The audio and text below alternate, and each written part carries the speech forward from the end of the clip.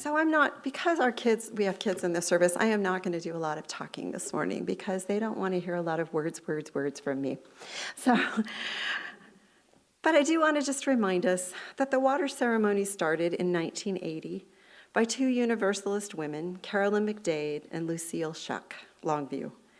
They were asked to create a worship service for women in religious continental convocation of Unitarian Universalists. So they shaped that service. They said they wanted to talk about connectedness and the totality of life and a special place on our planet and how humans have a responsibility to the planet. So they decided to have women's spirituality represented by water because this was a women's convocation. And they tell us water is more than simply a metaphor. It's elemental, it's primary.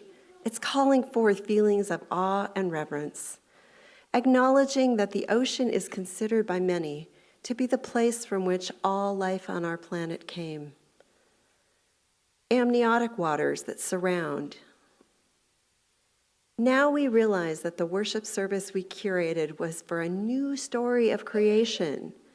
We chose water to be a symbol of empowerment. So here we are, 44 years later, thinking about some of those same fundamental questions.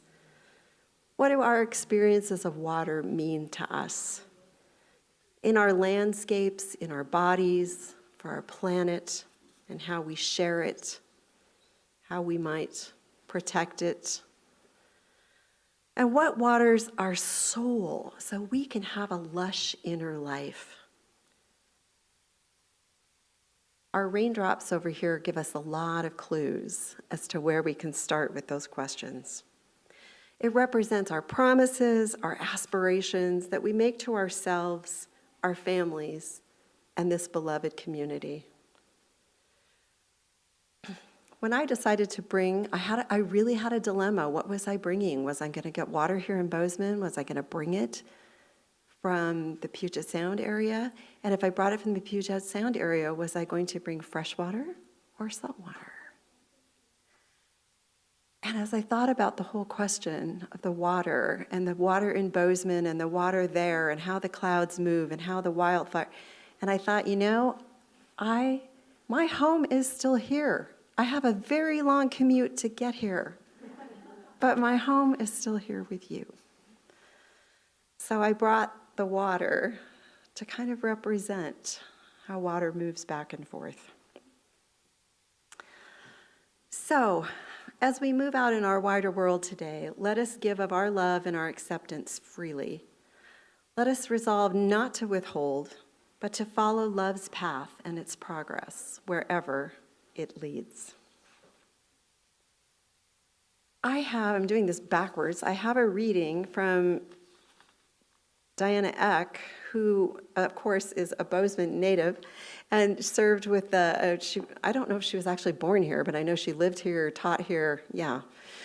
And she has served with the World Council of Churches and on the Harvard Divinity School Religious Pluralism Project. And so I chose her because she's from our beloved Bozeman.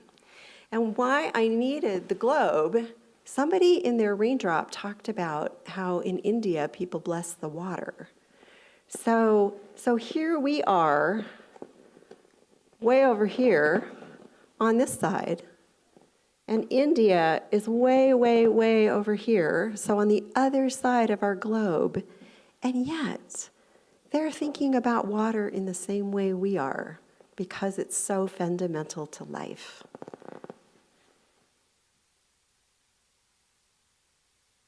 So Diana Eck says, I grew up in Bozeman, Montana, in the Gallatin Valley, one of the most beautiful mountain valleys in the Rockies. The Gallatin River cuts through a spectacular canyon to the south and then flows like a stream of crystal through the fertile farmlands of the valley. By the time I was 20, I made my way much further than the Gallatin to India. to the Hindu sacred city of Benares, set on the banks of another great river, the Ganges. Benares was the city in the time of Buddha, 2,600 years ago, and the guidebooks call it older than history. And I'm a 20-year-old. I found Benares to be about as far as from Bozeman as any place on earth. The smoke of the cremation pyres rose at night, and during the day there were burning ghats on the river. The Ganges is so much bigger than the Gallatin. It's a powerful river. It flows with authority and with peace and slides along.